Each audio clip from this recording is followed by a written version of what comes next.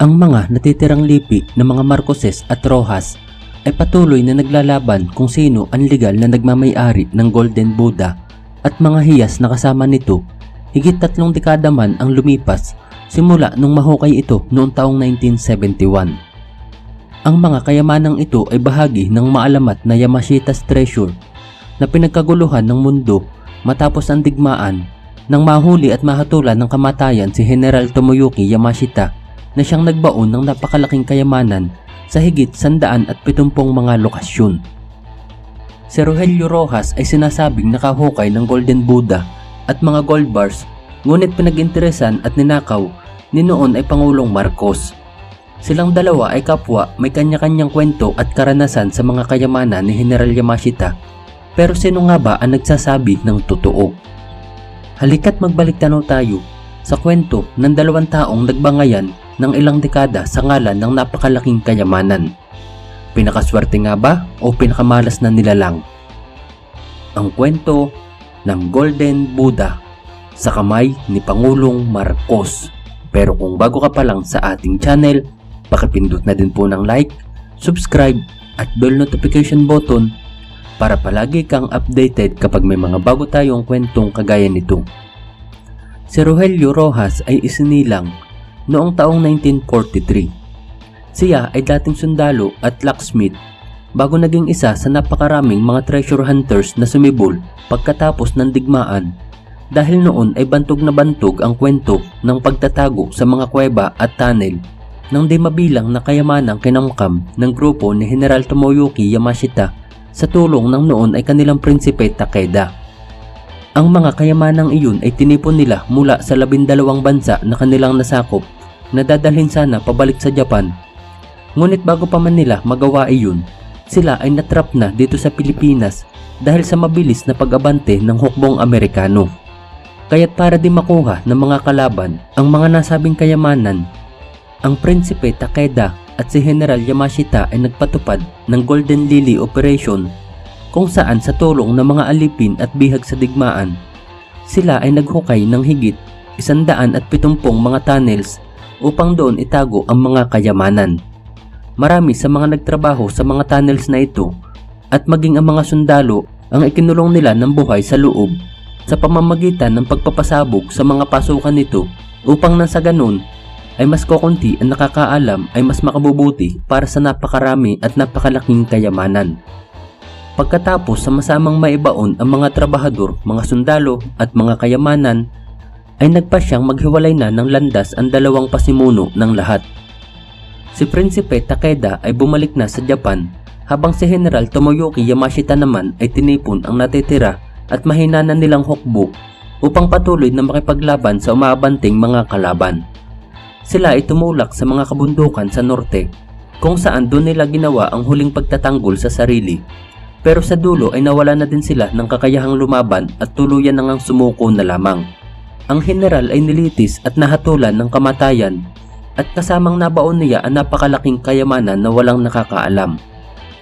Samantalang ayon sa kwento, may isang Pilipino daw na pinag-iwanan ng prinsipe ng mga mapa ng kayamanan para kung sakaling atakihin sila at mawasak ng mga kalaban ang submarino na kanilang sinasakyan at siya ay mamatay sa paglalakbay, ay iniutos niya sa Pilipinong ito na ibigay ang mapang iyon sa kanyang pamilya.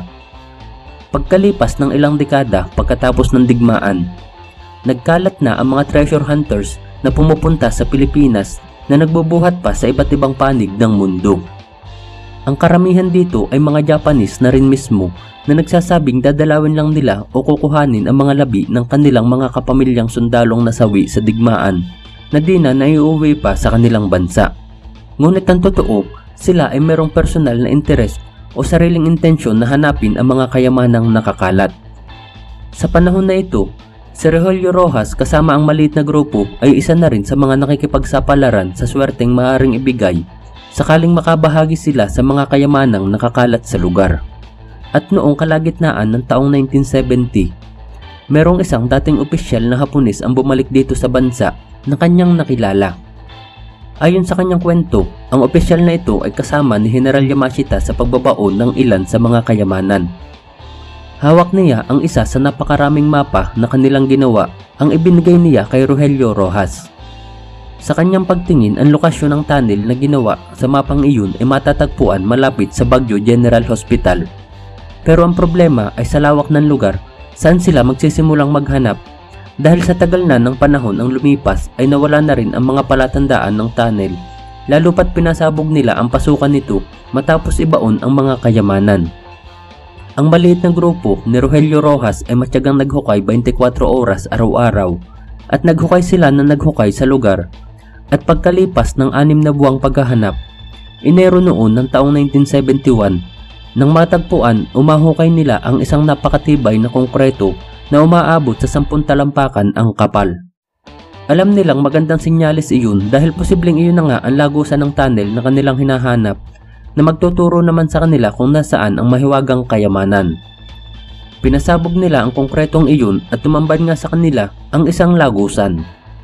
Sa kanilang paggalugad sa loob ay nadaanan nila ang nagkalat na mga helmet, mga radyo ng komunikasyon, mga bayoneta at mga kalansay ng mga tao na ang iba ay nakasuot pa ng unipormeng pang-Hapones. Sila yung mga taong naiwan sa loob ng pasabugin ang mga lagusan, kaya't ibig sabihin nito ang ibang bahagi ng mga kayamanan ay nasa paligid lang nila. Nagpatuloy sila sa paggalugad at di nga nagtagal ay natagpuan ni Rogelio Rojas ang isang silid ng kuweba kung saan sa imahinasyon lang niya makikita. Isang golden Buddha na purong ginto na may taas na 3 talampakan ang sumalubong sa kanyang paningin. Natatanggal ang ulo nito kung saan sa loob ng katawan ay meron pang mga nakatagong mamahaling hiyas na bilyon-bilyong dolyar ang halagang katumbas nito. Bukod pa sa mga gold bars na nakapatas katabi ng Buddha. Bagamat 3 talampakan lamang ang Buddha, ay hindi naman nito mabuhat ng kanyang mga tao dahil sa sobrang bigat nito na tinataya niyang umaabot sa 1 tonelada.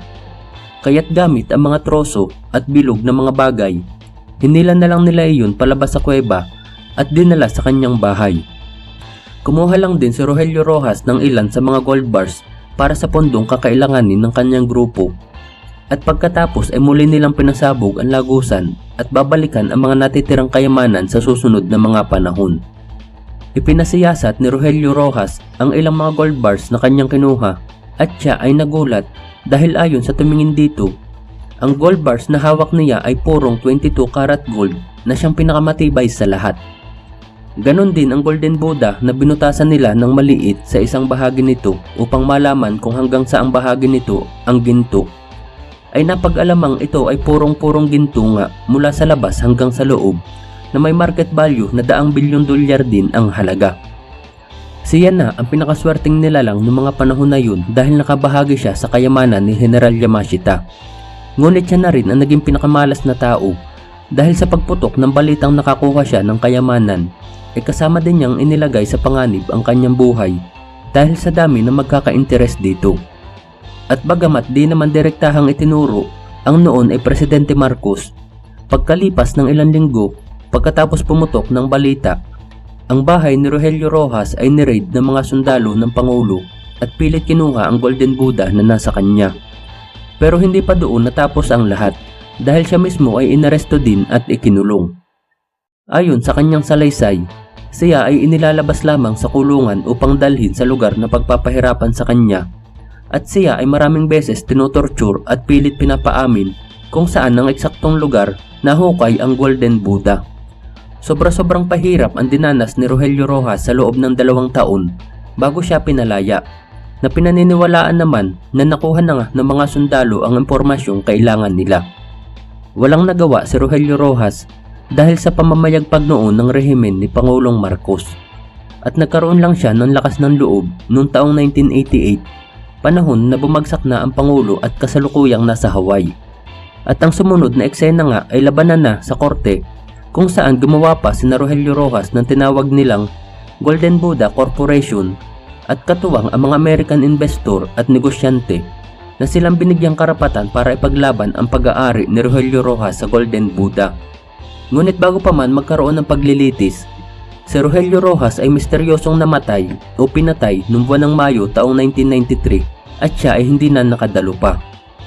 Sinabi din ng korte sa Baguio na ang Golden Buddha daw ay isa lamang tanso na sa katunayan ay nasa kanilang pag-iingat. Ibinalik iyon ng mga sundalo ilang linggo pagkatapos niyang i-report ang ginawang pagnanakaw. Ngunit ayon naman sa kampo ni Rogelio, ang ibinalik na Golden Buddha ay isa na lamang huwad o peke.